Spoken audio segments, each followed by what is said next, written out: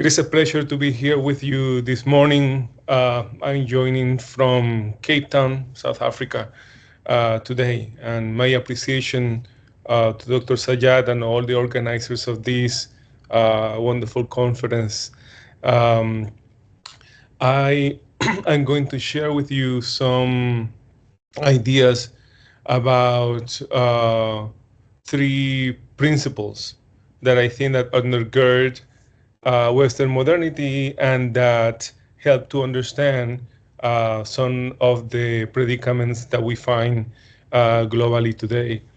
And these three principles are the coloniality principle, the US coloniality principle or US principle, and the modern colonial Zionist principle. And I am approaching this taking in mind the notion of combative decoloniality that it was just mentioned, and I will touch on it briefly at the end of the talk, and I think will become transparent the extent to which this philosophical reflection is part of that approach to decoloniality. Right? So in a grosso modo, in a general form, this presentation is part of a longer project that explores three principles of geo, theo, and socio-political formation at work in the constitution of the modern colonial world. The most basic and generalized principle is the coloniality principle, which animates views of conquest as discovery and a civilization enterprise. The other two principles emerged in so-called frontiers of the Western civilization continuum, namely the US and the State of Israel. Those are the US coloniality principle and the modern colonial Zionist principle. The interconnections between these principles shed light on the relationship between modern colonialism and globalized Western modernity, and help to explain the recurrence of fascism after the Second World War. The re-emergence of fascism and fascist-like governments across the global north and south today makes evident one of the principal contradictions of so-called modern Western civilization, that while Western modernity represents itself as the paradigm of progress and innovation, to the point of considering all other social projects as either backward, frozen in time, or static, it seems nonetheless doomed to remain stuck in a perpetual return of the violent and dehumanizing acts that were central in its appearance and formation.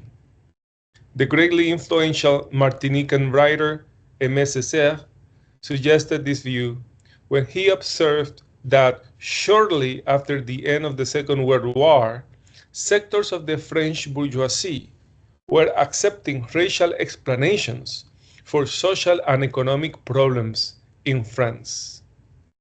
Césaire does not hide his disgust when asserting his incisive diagnosis, and I quote, "That is what the French bourgeoisie has come to 5 years after the defeat of Hitler, and it is precisely in that its horrific punishment lies. To be condemned, returning to it as though driven by vice, to chew over Hitler's vomit." Close quote. This short presentation aims to explain why Césaire's observations shortly after the end of the Second World War are arguably true of large sectors across the Western civilization continuum today, particularly in two key sites, the United States and Israel.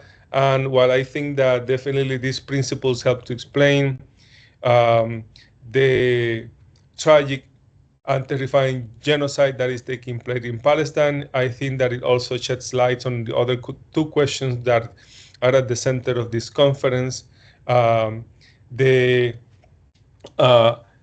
entire environmental crisis and catastrophe, and the dominion of artificial intelligence and related technologies. The United States and Israel are good case studies for the identification of principles that explain the perpetual return of fascism and open racism, as they have both come into being as frontiers of Western civilization in the Wild West and the Middle East. As such, they have been highly invested in justifying their power on the basis of a defense of civilization against barbarism, a mythical notion that animated European colonization and racial slavery. There is surely something to learn about the Western civilization continuum as it continues to unfold in these frontiers.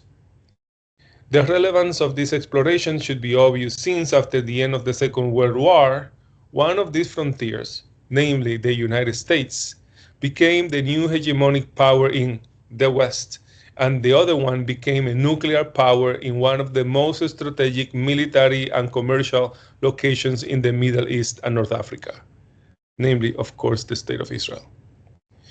Now, let me give you an idea of each of these principles, starting with the kind of foundational overarching principle of Western modernity, the coloniality principle.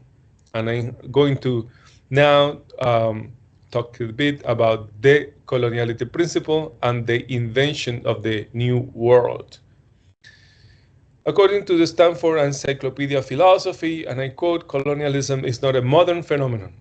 World history is full of examples of one society gradually expanding by incorporating adjacent territory and settling its people on newly conquered territory. The first thesis in this section of the talk is that while colonialism is not a modern phenomenon, coloniality is. This thesis, and actually this is not an original thesis that I'm presenting, this is a foundational thesis on, I think, the school of decolonial thinking where I come from. The first thesis, the thesis is one of the fundamental tenets of the analysis of the coloniality of power that the Peruvian sociologist Aníbal Quijano elaborated in the aftermath of indigenous, Black, and peasant mobilizations questioning the celebration of the 5th centenary of the discovery of the Americas in the late 1980s and early 1990s.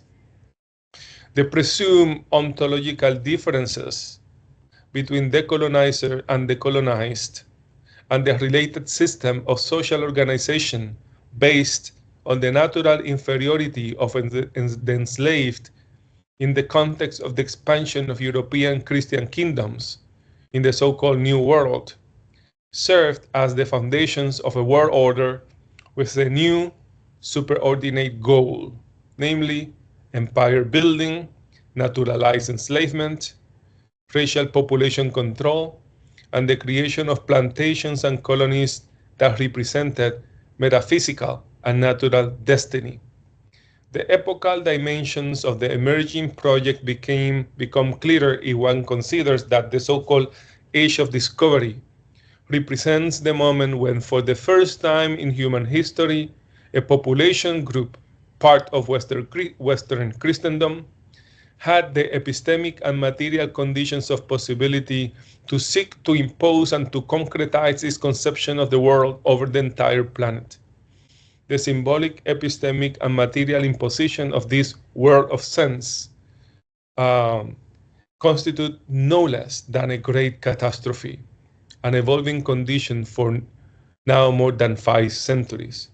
And of course, in my work, I am connecting the great catastrophe that gave birth to the modern colonial world to the Nakba. In Palestine, the great catastrophe can be seen indeed as a great Nakba at the basis of modernity coloniality, the constitution of modernity coloniality.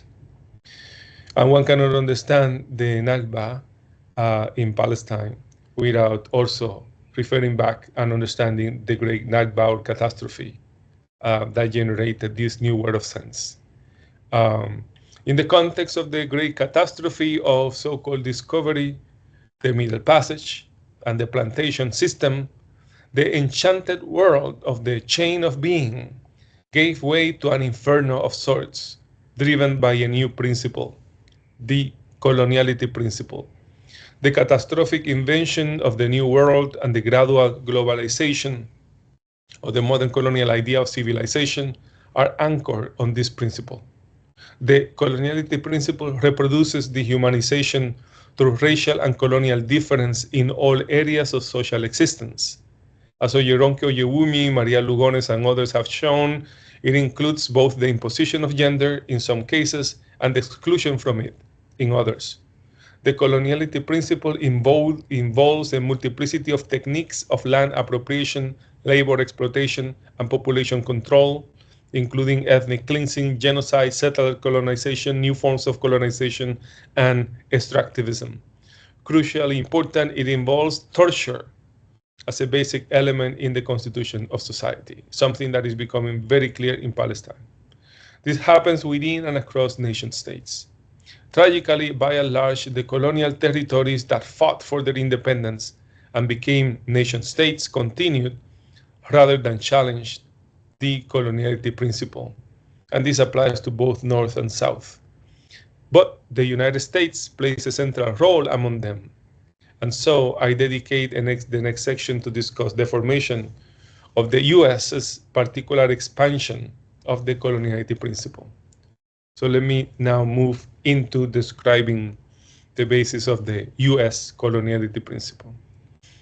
The first quarter of the 21st century is concluding with what might be the strongest assertion of fascism in the United States since the end of the Second World War. Consider the number of executive orders opposing the legacy of the civil rights struggle and the impact of Black Lives Matter in the United States as an example, as well as the treatment of undocumented migrants as enemies of the state, the imprisonment of international students who are critical of the genocide in Palestine, the attack on universities and media outlets that are critical of the government, and the end of the refugee program, except for white settlers here in South Africa. What makes the US's regurgitation of fascism so important for the world today is that the US passed from being a frontier of the Western civilization continuum to becoming its ideological, cultural, economic, political, and military center. This means that the US has played and continues to play a major role in the formation of global coloniality. A comprehensive examination of the continuities and discontinuities between the European and the US American, the US-American modalities of the coloniality principle would be impossible to pursue in this presentation, but I hope to provide insight into the formation of a specific US coloniality principle. Given that the Trump administration is particularly keen in celebrating the 250th anniversary of the Declaration of Independence, right? Declaration of Independence was signed in 1776. Next year is the 250th anniversary, 2026. This seems a good time to consider what has US independence meant for populations that have been wiped out, minoritized, and or colonized in the process of US expansion and hegemony. This leads me to my second thesis in this presentation, which is that while Western modernity is typically linked to Europe, a proper understanding of Western modernity requires that we consider the importance of the 250th anniversary of the US, and that we approach it in relation to the 500th anniversary of the so-called discovery of the Americas. The history of US of America is that of a former colony, embracing the logic that gave birth to it and assuming the identity of a continent, right? America. Not only the US of America, but America, the only significant interlocutor of Europe. The logic of the path that goes from 13 colonies to America was identified within the first half of the 19th century. Its name is Manifest Destiny, and probably many of you, if not all, are familiar. Just like Europeans reproduced the myth that they discovered America to rationalize their adherence to the coloniality principle, US Americans invented Manifest Destiny to justify the expansion of the 13 colonies into a rapidly growing empire. Indeed, the very speed with which US America extended its frontiers was taken to be, quote, proof that God had chosen the US to grow and to flourish, close quote. Implied in the idea was that thanks to God, the US could do what Europe was not able to, convert a large empire into a nation state. In the transition from 13 colonies to America, the United States shifted the grounds of the coloniality principle from functioning in the interest of European imperialism to serving as the principal engine in the creation of modern colonial nation states. There is also a shift in the attitude towards Christianity. While the coloniality principle involved a break with the Christian organizing principle represented in the metaphor of the chain of being, and thus contributed to the relative delegitimation of Christian authority in Europe and to the separation of church and state, the US principle involved a greater emphasis on Christian authority, even as it was also premised on the coloniality principle. The United States would thus come to see itself as a nation under God, and manifest destiny would become a central element in what figures such as Nadira Shalhoub-Kevorkian from Palestine referred to as the sacralization of politics. The role of these elements in the formation of the US principle helped to explain the kinship between the US state formation project since even before 1776, and the Israeli nation-state building project since before 1948. A proper understanding of these linkages requires further elaboration of the links between the coloniality principle and manifest destiny. Manifest destiny inaugurates an innovative reiteration of the coloniality principle in the last 250 years, while the coloniality principle makes explicit the logic that led to the invention of America. Manifest destiny, as understood as the entire New World, manifest destiny seeks to rationalize the invention and formation of USA as America. To distinguish the coloniality principle that undergirds the entirety of Western modernity and the more specific modality of the coloniality principle that finds expression in manifest destiny, I suggest that we refer to it as the US coloniality principle, or in short, US principle. That manifest destiny, and therefore the US principle, are not matters of the past should be clear by paying attention to Donald Trump's discourse in his inauguration as the 47th president of the US, barely 1 year before the 250th anniversary of the US Declaration of the Independence. And I mean earlier this year, right, in January, when he gave this speech. And I quote, this is Trump in the inauguration speech. Above all, my message to Americans today is that it is time for us to once again, act with courage, vigor, and the vitality of history's greatest civilization.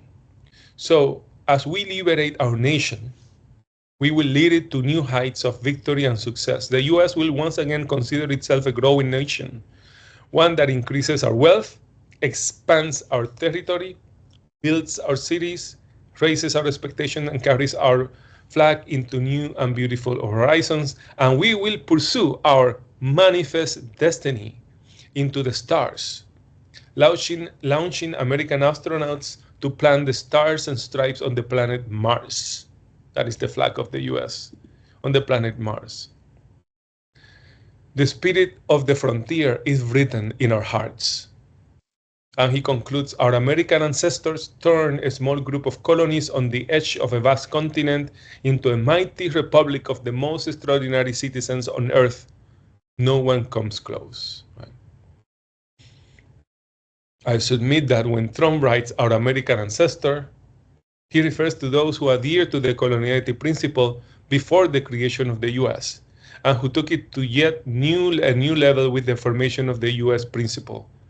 Trump explicitly refers to manifest destiny, to expanding the territory, to the spirit of the frontier, and to the US being not only unique and exceptional, like other presidents before him, including Barack Obama, had done, but also as, quote, history's greatest civilization.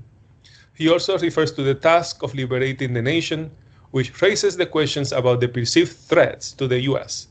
From what or from whom does Trump think that we have to liberate the US? One cannot avoid detecting a scent of Hitler's vomit at this point of our exploration. The clue to answer the question about the liberation of the US is not difficult to find. Suffice it to paying attention to Donald Trump's discourse when he first announced his candidacy for running as president of the US. And what I'll do is I may jump here into the modern colonial and political Zionist principle because I realize the time limits. I only have about maybe 2 minutes left if the share is kind with me. But I don't think that you will need much more evidence to be convinced about how, in a way, coloniality undergirds the politics of the U.S. and the global impact that has had. But suffice it to say that in addition to Manifest Destiny, in U.S. history, in the early 19th century, in the U.S. It was the so-called doctrine of discovery was first formulated. Even though it goes back to papal bulls of the 15th century, the so-called doctrine of discovery was actually formulated there to legitimize the appropriation of the territory by settlers in the U.S. And that is another important element of the U.S. coloniality principle that we are also going to see in the modern colonial Zionist principle. So let me jump to this other principle, okay? Just give me two minutes. Modern colonial political Zionism combined the idea of Zion with the affirmation of Western modernity and the modern nation state. In the process, it integrated the basic world picture at the center of the coloniality principle and generated its own variation of this principle. The colonial basis of the modern political Zionist project was clear from the start. It is evidenced in expressions such as those of Theodore Herzl, the father of political Zionism, who in a letter to the British imperialist Cecil John Rhodes referred to his plans for settlement in Palestine as, quote, something colonial. Herzl's expression serves as the title of a book by the Palestinian US-American Islamic thinker Hatem Bassian, entitled Palestine, It is Something Colonial.